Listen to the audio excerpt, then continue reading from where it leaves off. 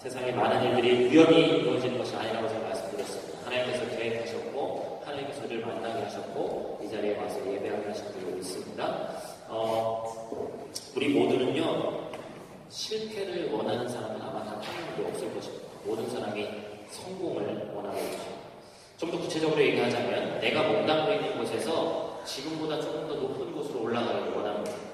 그렇게 되므로써 좀 더 인정받고 월급도 올라가고 연봉도 올라가는 그런 일을 겪기를 원하죠. 당연한 겁니다. 신입사원이라면 과장, 대리, 과장, 부장 이런 식으로 올라가기를 원하고, 또한 석박사 과정의 대학생들은 각각 정교수, 또 조교수, 정교수 이런 식으로 올라가기를 원한다는 거죠. 교회에 가지만 신학생들은 전도사 그리프를 떼고 목사, 담임 목사 이렇게 되기를 바라요. 오늘 아침도 저는 아침이지만 한국은 예배 사역이 다 끝났습니다. 저희 동기 목사님이 연락이 와서 저한테 농담 반 진담 반으로 이렇게 얘기를 해요. 여러분 이해하고 들으시기 바랍니다. 이 목사 빨리 담임 목사 되고 싶어 그러더라고요. 그 얘기에 많은 것이 들어있어요. 부목사로서 하는데 뭔가 좀 본인도 좀 많은 걸 깨달아지고 충전이 되는 그런 사역이었으면 좋겠는데 그렇지 않을 때 그런 마음이 들 때가 있죠. 그러니까 사람은 누구나 다 높은 자리에 올라가고 싶습니다. 그런데 지금의 자리보다 좀 더 높은 자리에 올라가고 마침내 내가 꿈꾸던 그 자리에 이르게 되면 정말로 모든 사람들의 인정을 받고 칭찬받고 내 마음에 평안이 올 것인가 생각해보면 제가 직접 그 자리에 가진 않았지만 여러분들이 그 자리까지 가진 않았지만 주변을 보면 꼭 그렇지는 않다는 것을 우리가 알 수 있습니다. 올라가는 데 들인 시간과 노력에 허무할 정도로 어떤 사람은 한순간에 그 자리에서 누리던 모든 것들을 포기해야 되는 일도 벌어질 수 있고 책임을 지는 외로운 자리에 올라가기 때문에 심리적 압박과 부담감은 어떻게 보면 낮게 있을 때하고 차원이 다르다는 것이죠. 우리는 1월 들어서 창세기에 누구 이야기를 함께 나누고 있습니까? 요셉의 이야기를 우리가 함께 나누고 있습니다. 요셉은 지난 13년간 성경을 보니까 13년간 거의 노예의 신분을 있었어요. 물론 요셉이 그런 귀찮은 신분 가운데서도 타고난 재능과 열심이 있었기 때문에 하나님이 어디를 가든지 그 사람을 보면 하나님이 보이게 했기 때문에 어딜 가든지 승승장구할 수 있었어요. 그러나 그렇다고 해도 그에게 허락된 울타리는 커봐야 보디발 장군의 집 정도를 관리하는 총무의 역할, 아니면 감옥에서도 그 감옥의 간수장의 보조 역할을 하는 그러한 역할 정도를 감당했습니다. 그런데 오늘 본문에 보니까 갑자기 도적같이 요셉이 크게 쓰임받는 일이 벌어지는데 어느 날 갑자기 바로의 꿈 해석 하나 잘했다는 이유 하나만으로 무슨 꿈이었죠? 살찐 소와 마른 소가 나오는 그런 꿈이었는데 그 꿈을 이 애굽의 술사들이 아무도 풀지 못하자 이 술 같은 관원장이 2년 동안이나 자기의 꿈을 풀어줬음에도 불구하고 그래서 나가서 요셉을 기억하기로 했는데 2년 동안 까먹고 있었다는 거예요. 근데 바로가 꿈을 꾸고 막 헤매고 있고 마음에 근심을 갖고 있으니까 이 술 같은 관원장이 간신히 그 요셉을 생각해내서 요셉을 감옥에서 데려와서 바로의 꿈을 풀게 합니다. 그 꿈이 뭐였어요? 풍년이 7년 동안 있고 그 후에 극심한 7년의 흉년이 있을 텐데 그것을 제대로 된 사람을 준비시켜서 그 사람을 통해서 이 흉년을 대비하지 못하면 우리가 다 망할 것입니다. 굶어 죽을 것입니다. 그 내용이었죠. 그래서 바로가 뭐라고 합니까? 그 사람이 바로 너다. 준비된 사람이 너라는 거야. 네가 1인치야 만인치상의 자리는 뭡니까? 총리죠. 애굽이라는 나라 총리의 자리에 올라서 네가 7년 흉년 때에 준비해서 7년 흉년을 대비하라고 이야기하는 것이 오늘 본문 바로 앞에 등장하는 것입니다. 순식간에 죄수에서 우리가 남의 일이니까 감동이 잘 안 오지만 순식간에 죄수의 신분에서 총리까지 인생 역전이 된 거예요. 그 시대 세계를 구하는 엄청난 책임이 감옥에 있던 죄수의 신분에서 어느 날 갑자기 그에게 주어진 겁니다.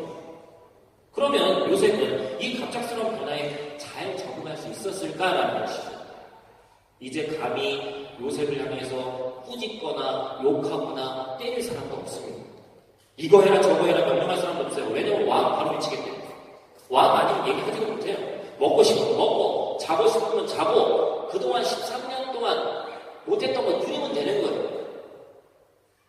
최고로 비싸면 최고로 값어치 있는 보석, 가장 미녀 만나서 결혼하고 이제 출세가 승승장구에 열렸어요.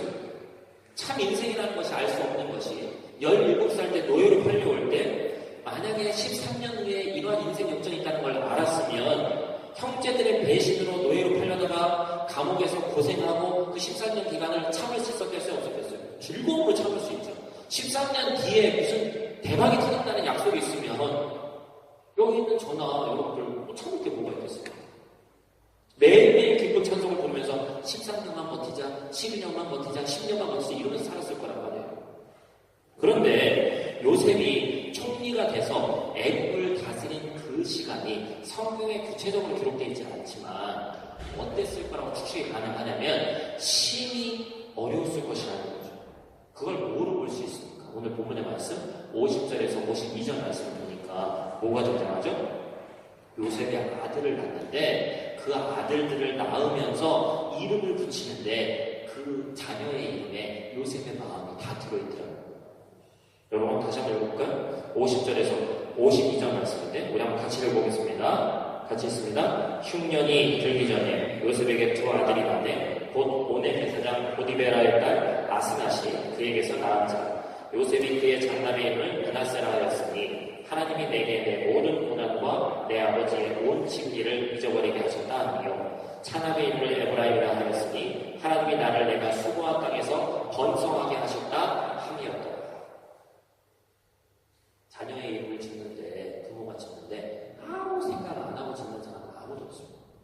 뜻을 담거나 오늘 요셉과 같이 자기의 인생에서 중요한 사건을 뭔가 임팩트 있는 것들을 담죠. 요셉이 총리가 된 다음에 애국에 약 7년 동안 흉년이 들었어요. 요셉이 전국을 순찰하면서 이후에 흉년을 대비해서 곡식들을 저장했어요. 그런데 흉년이 들기 전에 오늘 본문을 보니까 예를 들면 한 풍년의 한 4에서 6년 차 그 순간에 두 아들을 얻었는데 그 아들들의 이름의 의미가 아주 의미심장한 거예요. 51절 말씀에 보니까 요셉은 첫 번째 아들의 이름을 므낫세라고 지으면서 마침내 하나님이 자신이 겪었던 모든 고난과 아버지 집에서 경험한 배신과 그 모든 것들을 잊게 하셨다고 고백하고 있습니다. 이 말은 총리가 되어서 외적으로는 너무나 영광스럽고 풍요로운 삶을 산 지 이미 수년이 됐지만 여러분 보세요. 내가 어느 날 엄청나게 높은 자리에 올라가고 출세했습니다. 그럼 과거의 것들이 완전 씻은 듯이 사라집니까? 그렇지 않죠. 그 마음 가운데 깊은 상처가 남아있는 거예요. 사람은 누구나 이렇습니다. 겉으로 보기에 되게 좋아 보이고 웃어 보이고 하지만 그 마음의 깊은 곳에는 말할 수 없는 상처가 있다는 거예요. 요셉에게도 이 첫 번째 아들의 이름을 므낫세라고 짓는 걸 보니까 아직까지도 그 상처가 있더라는 거죠.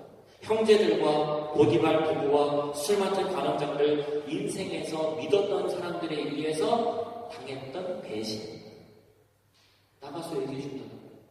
노예의 신분에서 모든 가정을 총괄하는 총무 역할을 맡기더니 어떻게 보면 개념이 없는 와이프 얘기만 듣고 자기를 한순간에 다 죄인 취급하지는 않나. 인생에서도 얼마나 배신당했어요.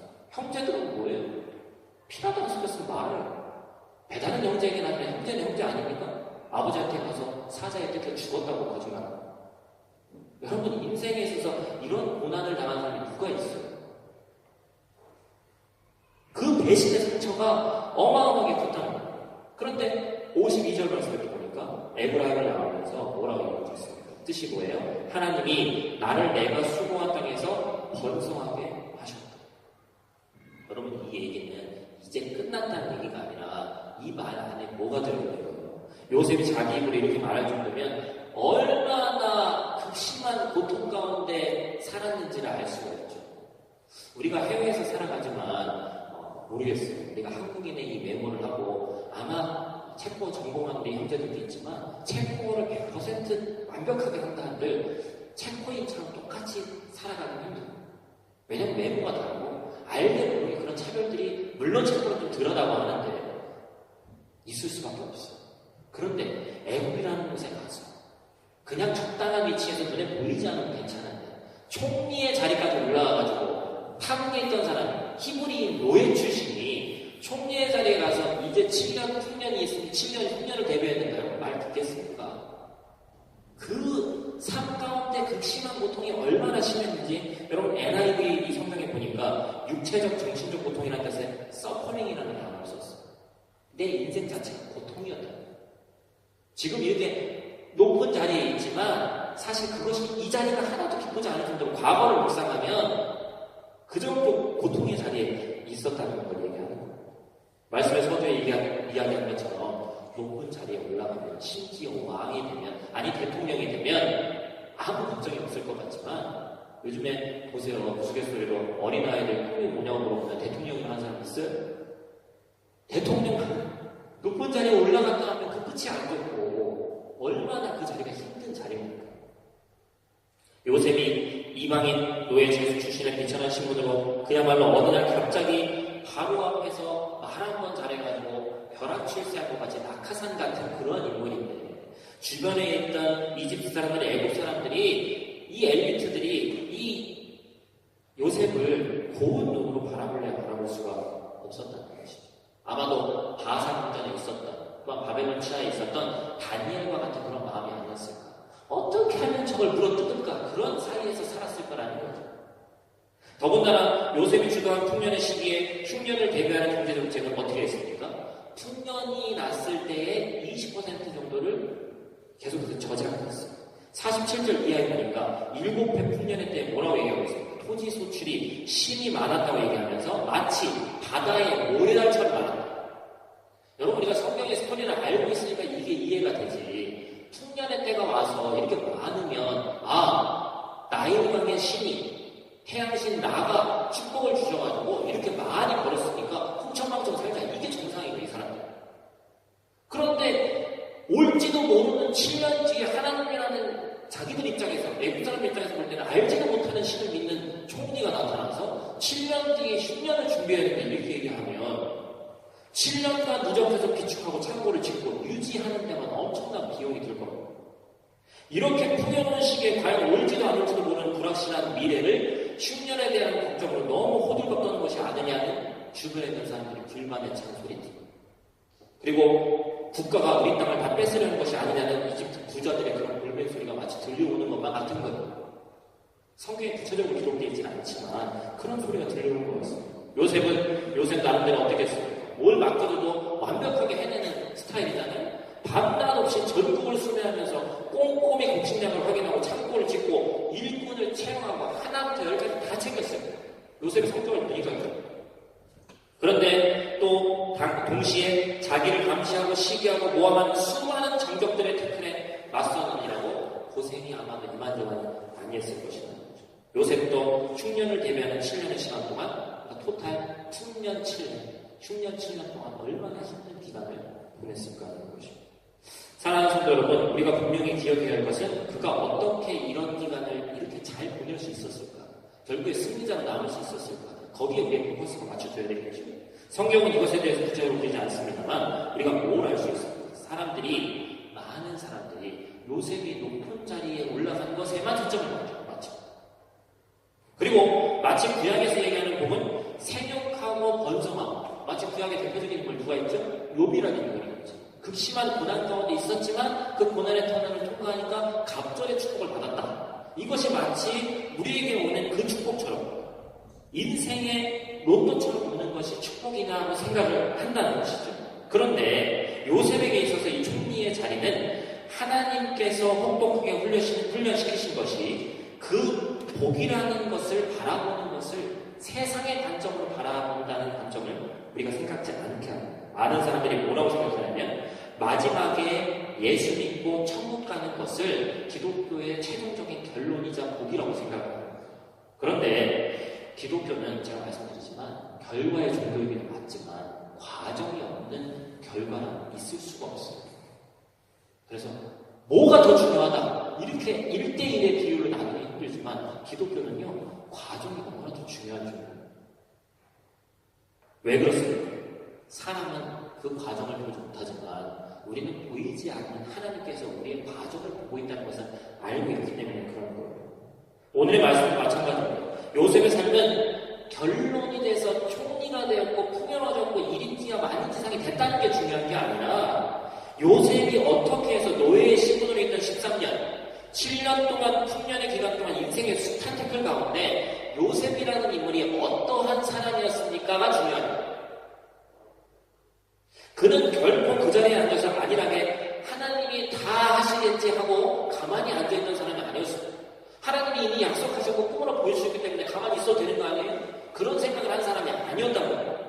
그는 하나님의 약속을 믿으면서 직접 행동하는 신앙이었어요.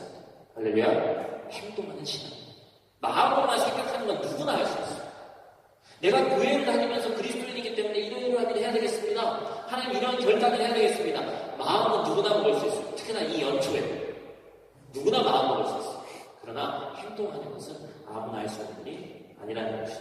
여러분, 이것은 우리가 잘 알고 있는 달란트 비유에서도 잘 나타나 있는 성경의 원리입니다. 5달란트, 2달란트, 1달란트. 제가 이 달란트 비유의 핵심에 대해서 6차 설교할 때 많이 말씀드렸죠. 거기에서 나오는 마지막 칭찬을 보면 알 수 있어요. 5달란트 있어서 5달란트 남겼고, 2달란트 받아서 2달란트 남겼고, 그 사람들, 이 주인이 뭐라고 칭찬합니까? 착하고 충성된 종아. 그런데 1달란트 받아서 1달란트를 남긴 것이 아니라 땅에 묻어둬서 아무 일도 안 한 사람에게 뭐라고 얘기하죠? 악하고 게으른 종. 죄송합니다. 게으른 건 악합니다. 아무 일도 안 하면 아무 일도 일어나잖아요. 많은 사람들이 얘기하죠. 내가 아무 일도 안 하면 하나님이 무슨 일 하시는 것 같다. 그런데 하나님은 우리의 기도, 우리의 예배, 우리의 과정을 일하시는 분이십니다. 많은 사람들이 그 부분을 착각하고 있어요. 결론만 바랍니다. 일확천금 로또 같은 인생만 바랍니다. 천국만 바랍니다. 천국 중요하죠. 그러나 뭐라고 얘기합니까? 이 땅에 임한 하나님의 나라를 경험하지 않고서 가는 천국이 뭐가 중요하겠습니까? 그게 마태복음 마가복음에서 얘기하는 하나님의 나라거든요. 근데 그걸 우리는 생각을 하지 못해요. 우리는 하나님이 왜 요셉처럼 내 삶 가운데 응답하시지 않냐고 말하지만 점점 하나님의 음성이 희미해서 아예 들리지 않는 것 같은 요즘 시대도 하나님은 여전히 말씀하시는데 뭐로 말씀하시죠? 우리 하나님의 말씀, 성경 책으로 말씀하시고 말씀을 대언하는 자들을 통해서 말씀하시고 그리고 이미 우리 마음 가운데 결정하며 마음의 소원을 주신 것들이 있어요. 그건 여러분들만 알죠. 저는 잘 알지 못합니다. 각자에게 주신 그런 것들이 있단 말이에요. 근데 이제 그걸 행하기만 하면 되는데 우리는 계속해서 달란트를 땅에 묻어두기만 하고 달란트를 달라고만 얘기하고 있어요. 이미 주셨는데 묻어놓고 올 한 해 우리 교회 표어가 뭡니까? 표어 모르는 분들 저기 주보 앞으로 한번 보세요. 표어가 뭐죠? 우리의 것을 자신의 몫을 어떻게 되는 거예요? 구하라고 했어요. 자신의 몫을 남이 구해주는 게 아니라 스스로 구하는 거예요. 그게 바로 청지기로서 살아가는 신자의 의무입니다. 본문의 후반부에 보니까 이제 마침내 흉년의 때가 왔습니다.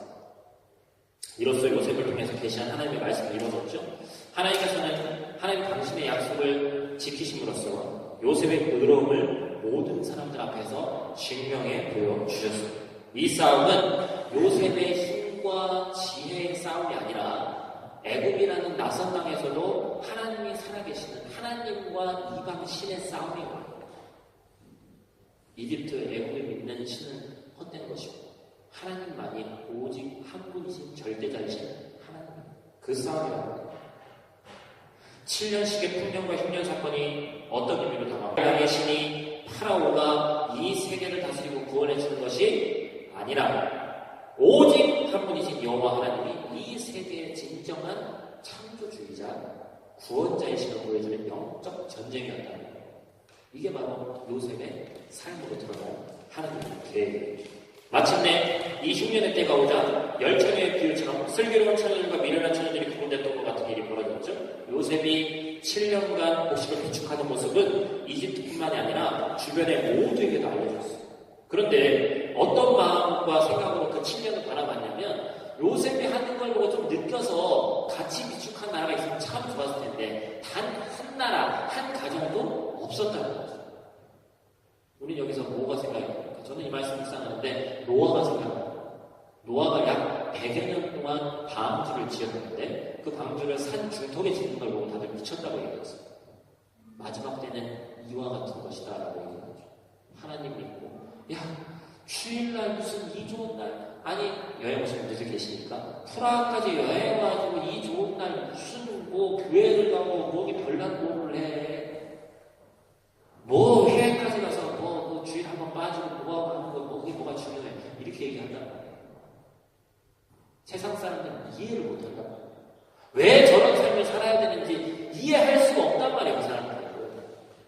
그런데 하나님이 우리에게 갖고 계신 계획들, 하나님께서 요셉의 삶을 통해서 보여주시는 계획들을 보니까 유별난 사람이 유별날 때는 하나님께서 그 사람을 유별나게 하셔서 결국에는 세상 사람들 중에 유별나게 만드시더라는 거예요. 할렐루야. 이게 신앙생활의 재미이고 놀라운 진리가 아니겠습니까? 풍년의 축복 때에는 희미하게 드러났던 하나님의 존재가 흉년의 시작과 함께 너무나도 뚜렷하게 보이게 되는 거예요. 아, 하나님이 이것 때문에 이것을 계획하셨구나. 사랑하는 성도 여러분, 성도의 고난은 고난으로만 끝나지 않습니다. 한번 따라 부르죠. 성도의 고난은 고난으로만 끝나지 않는다. 성도의 고난은 뭐냐면요, 하나님을 증명하는 시기예요. 우리의 고난은 하나님을 증명하는 시기. 7년간 풍년의 때에 요셉을 비난하는 사람도 아마도 그 일을 막기 바라도 반신반의했을지도 모르지만 그 시기에 일하고 계신 분이 있었으니 요셉의 열심을 보고 뒤에서 열심히 동역하며 일하신 분이 계셨으니 그게 바로 하나님이셨습니다. 우리가 성경을 읽으니까 잘 못 느끼지만 요셉의 삶 가운데서 하나님이 가장 많이 하셨을 게 뭘까요? 우리도 마찬가지예요. 매일같이 하나님하고 동행한다라고 하는 사람조차도 하나님과 맨날 직통계시 받아서 매일같이 뭘 하는 그런 시대가 아니기 때문에 저는 요셉의 삶 가운데서 하나님이 가장 많이 하셨던 거는 저는 침묵이라고 생각합니다. 하나님이 말씀하시죠. 7년간 침묵하시고 13년간 침묵하시고 하나님이 가장 많이 하셨던 게 침묵인 것 같아요. 본문을 보니까. 그런데 직접 나타나신 것도 아니고 다른 사람의 꿈을 통해서 성경을 통해서 요셉에게 응답하셨어요. 오늘과 같이 매일매일 찾아볼 수 있는 성경에서 말씀을 읽고 요셉이 힘을 얻은 게 아니란 말이에요. 보이지 않는 것을 보이는 것 이상으로 믿고 나아갔기 때문에 그것이 현실이 된다. 하나님은 요셉의 삶 가운데 최초로 꾸었던 꿈이 무슨 꿈이죠? 하늘에 해와 별들이 자기에게 절하라. 형님들의 공식 집단이 자기의 집단에게 절하는 꿈. 그 꿈을 요셉의 인생 가운데서 계속해서 이루어 가시는 겁니다. 그 세월이 자그마치 20년이 훌쩍 넘은 세월입니다. 요셉은 그래서 그 꿈 하나만을 품고 살아간 사람입니다. 그래서 요셉이 우리가 뭐라고 합니까? 꿈의 사람 요셉이라고 부르는 거죠. 여러분 잊지 마시기 바랍니다. 매일 저녁 말씀을 응답하시고 요셉에게 주지시키시고 네가 흔들리면 안 된다 이렇게 얘기하신 게 아니에요. 20년도 더 된 꿈이라면 대부분의 사람이 그 내용조차도 기억이 안 나는 게 당연한 거예요. 그러나 요셉은 그 꿈이 자신의 인생을 살다 보니까 하나님으로부터 온 것임을 알았고 그리고 그 꿈을 소중히 믿었고 소중히 여겼으며 그 꿈을 쫓아갔기 때문에 오늘날의 요셉이 있을 수 있었다는 거죠. 사랑하는 형제자매 여러분, 우리는 하나님에게 우리에게 주실 것을 강구하면서 높은 자리나 많은 재물들 하나님 주시기만 하는데 하나님의 영광을 위해서 쓰겠습니다. 청부론이라고 하죠. 깨끗한 부자. 물론 좋습니다. 근데 그 전에 우리가 돌아봐야 될 건 뭡니까? 내가 그러한 것을 받고 지킬 수 있는 천지기적 신앙을 갖고 있는 사람인지 나를 먼저 돌아봐야 돼. 만약에 그렇지 않으면 제가 모르겠습니다. 요즘에 드라마를 제가 보지는 않습니다만 아람브라 공장과 함께 스카이프 있죠? 그 대단히 인기 있는 그게 있다는데 뭐 우리나라 중상층의 그런 것들을 그리고 처음에 1%로 시작했는데 지금 뭐 30%가 넘는 시청률이 육박하고 있고 스토리를 제가 다 보지는 않았습니다. 그걸 보니까 뭘 얘기하는 거예요? 여러분 세상 사람들이 얘기하는 재물과 높은 자리가 축복이냐는 거예요.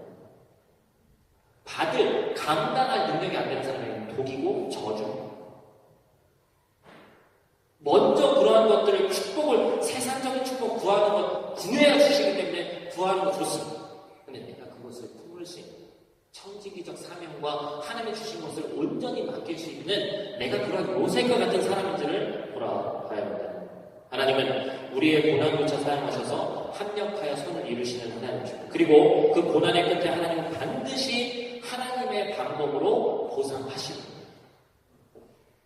그러나 거기에 조건이 있는데 우리가 그 고난 가운데 주저앉아서 마냥 하나님만 바라보고 아무 일도 안 하고 있는지, 약속의 말씀을 믿고 한 걸 한 걸 어렵게 떼고 있는지, 그것이 중요하다.